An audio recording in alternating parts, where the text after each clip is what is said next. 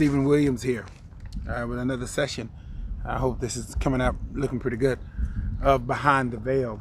I'm outside. It is such a marvelous and beautiful day today that I wanted to do something a little bit different with a different location and just give you an opportunity to share. Listen, for those of you, if this is your first time with me, down below is a subscribe button, and I want you to hit that button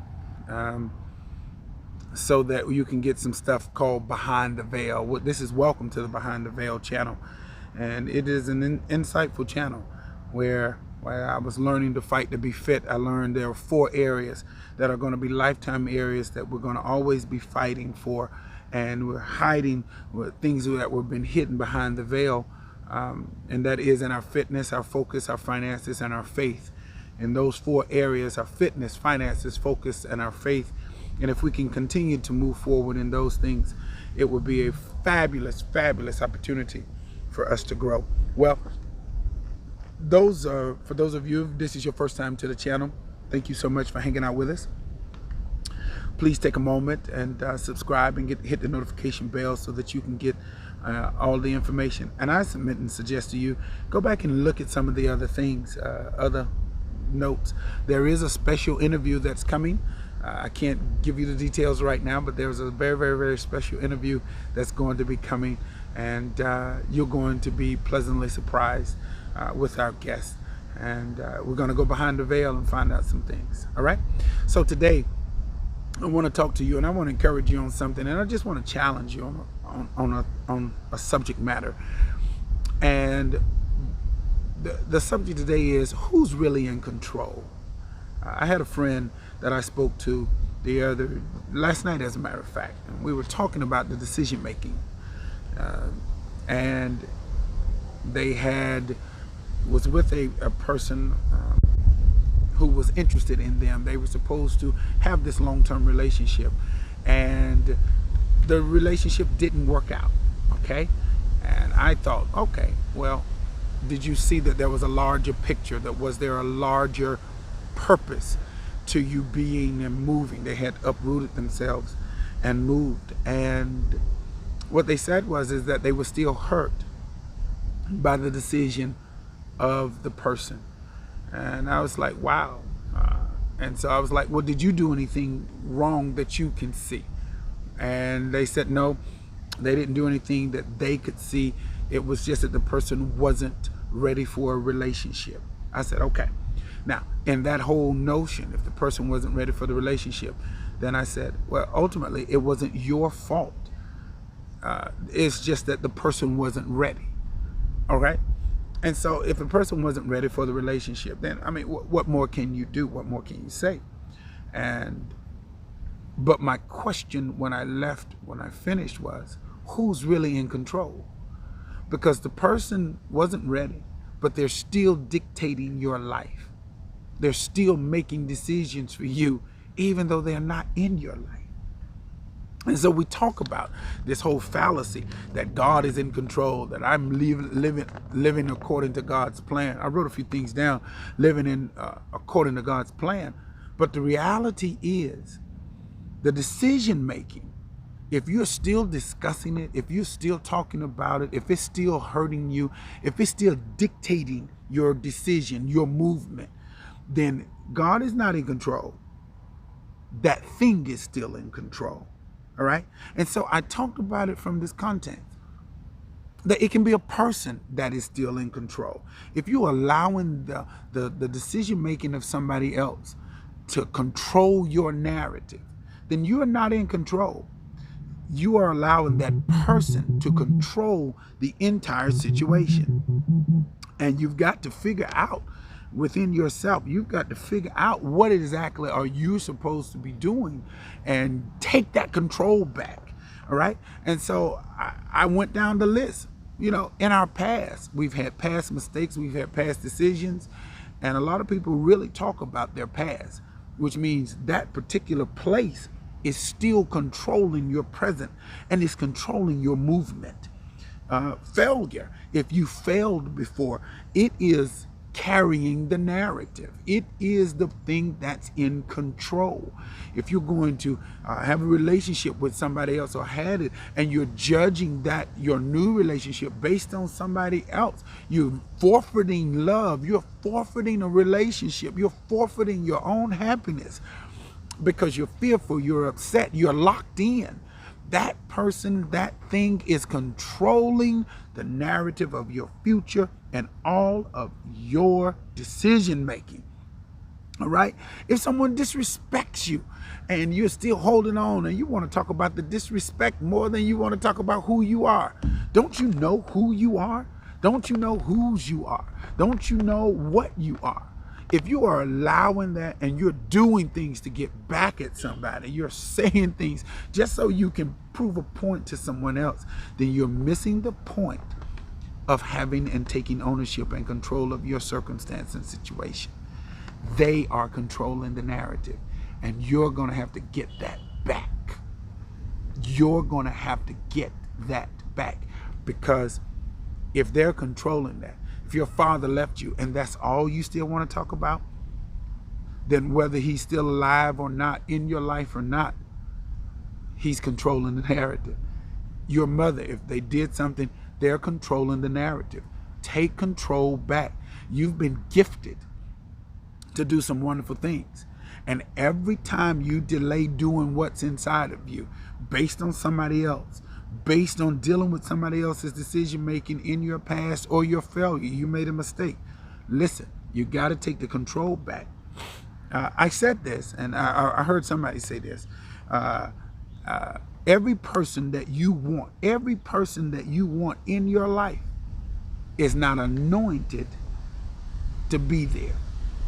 Every person that is in your life is not anointed to maintain where you're going or how you're going to live. And so I looked up something that was talking about the anointing. And it says back in the common ancient times, the cultural practices is that shepherds would often pour oil on the heads of their sheep in order to protect them from insects, that they don't get buried in their ears and kill them.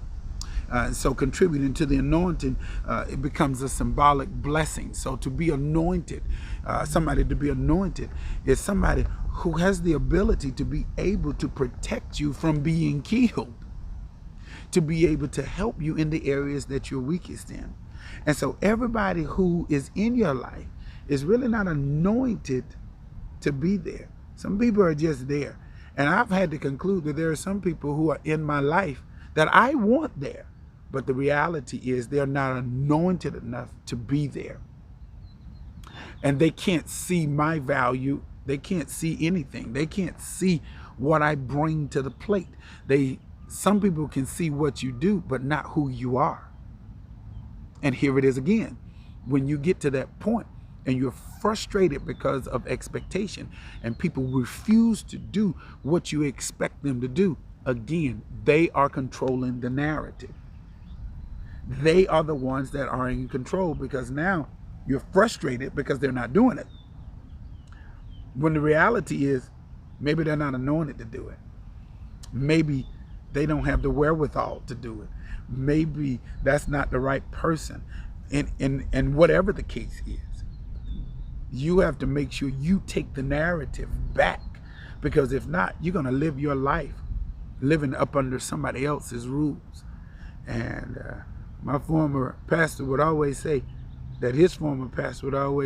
never let anybody build your world. They'll always build it too small.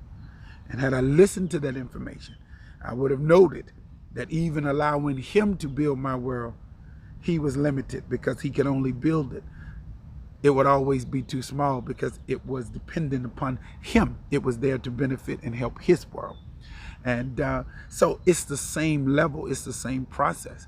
You've got to realize and take the control back, because God is giving you power to get wealth. And wealth is really in your hands. You have the ability to do it. You have the wherewithal. You just have to not allow anybody else to control that narrative, and be able to do the things that you're supposed to do and walk in the areas that you're supposed to walk in. I think You know, this is a great place. Take control back. Take back the control that you're supposed to be and obey the voice of God. Obey the calling. And everybody wants to make that spiritual, and it is, but everybody wants to make it church or religious. But the reality is you're trying to obey the vision that's been given into you. But if you are allowing yesterday's situations and problems to be the primary voice in your life, then it has control and not you. If you tried it and you failed and now you're afraid to try again, then failure has the control. You get it? If you're judging who you are based on somebody else, then who you're judging yourself on, they are the ones that have control. Put it out there. You just never know. You have the ability to be able to do it. I took some pictures the other day and I didn't like how the pictures were, and I went back to pictures that I took as a breakout photographer, and I'm looking and saying, wait, I like my own pictures, right? And so when you leave that up to somebody else, they are the ones who then take control. But at least you ought to give yourself an opportunity, because there's a gift inside of you. Things I know, I know. Things I don't know, I don't talk about. I leave that up to the experts. But the things that I do know that I'm gifted in, I have to take control of that narrative and become everything that I need to become. All right? You need to do that. Don't let nobody control in this season. Everybody in your life is not anointed to be there. Everybody you want in your life is not anointed to stay there. And so you have to make sure you know what the value of who you are. And don't let your past, the failures, the mistakes, the situations, nothing. Don't allow any of that to control the narrative, because your future is bright, but you just got to walk in it and be able to do it. Listen, this is Stephen Williams. I am getting ready to sign off. I thank you so much for allowing me to come into your space today. But look, make sure you get that. Make sure you don't allow anybody to control the narrative of your world, because they're going to always build it too small. And if you're constantly thinking about yesterday, if you're constantly thinking about what happened yesterday, then that thing is the thing that's controlling you. All right? Listen, make sure you get out here. Let's get in shape. You're gonna hear me talk about this, and I'm gonna do a segment on it. I don't care how wonderful you are, I don't care how intelligent you are, I don't care how anointed you are, I don't care how gifted you are. You can only do it if you are in a good place mentally, and if you're in a good place spiritually, to be able to move into those areas. Work on your body, work on your exercise, work on your faith, your focus, and your finance. Work on your fitness, your faith, your focus, and your finance, so that you can become something great. You were destined to be great. You were destined to do great. Just don't let anybody else control the narrative. And don't even let your failures or your past control that narrative. Get up, do something. Try it again. Try it again. Don't let it that you didn't make it last time stop you from doing it. It's still there. Let's make sure. Let's make this happen. Let's go and let's be great. Don't let nobody stop you from being great. All right? Look, where I am, I'm finding out my area of love. I'm finding out who loves me. I'm finding out who don't love me. I'm finding out who really cares, and I'm finding out all the things I need to find out. But more importantly, I'm loving me. I'm loving where God has placed me, and I will not allow anybody else, anybody or anything to control the narrative of my thought process. You were born to be free. You were destined to be free, and he who the Son has set free is free indeed. All right. Thank you so much. Subscribe, subscribe, subscribe. Please, ma'am, please, sir. Thank you for joining me from behind the veil. Until next week, join me again. Please hit the notification bell and scroll through and check out some of the previous words of encouragement, so that you can be great and do great things. Thank you. Until next week, we'll see you behind the veil.